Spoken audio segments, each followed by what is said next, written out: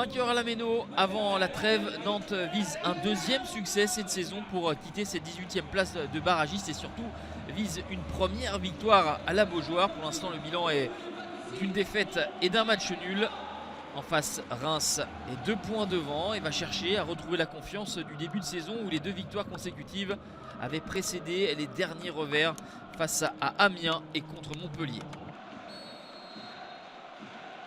Miguel Cardozo toujours fidèle à ses préceptes malgré les résultats qui sont décevants.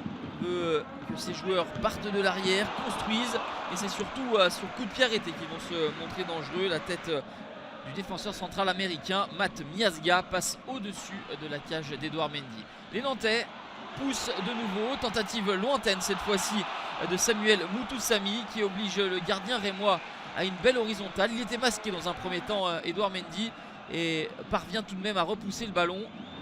Les hommes de Cardozo combinent, passent par les côtés. Le centre repris par Lucas Evangelista. Le Brésilien avait bien coupé au premier poteau mais manque de puissance dans sa reprise. 0-0 à la pause. Nantes s'est créé les meilleures situations mais manque de tranchant dans la finition. Reims reste en place en essayant de temps à autre à placer quelques contres. Miguel Cardozo va effectuer des changements. Deuxième période avec notamment l'entrée de Gabriel Bosquilla, le Brésilien qui chauffe les gants d'Edouard Mendy. Bosquilla qui avait marqué un superbe coup franc ici à la Beaujoire, mais c'était avec la tunique de l'AS Monaco. Un coup franc cette fois-ci joué en 2 temps pour les Rémois avec le ballon en retrait pour Rémi Houdin.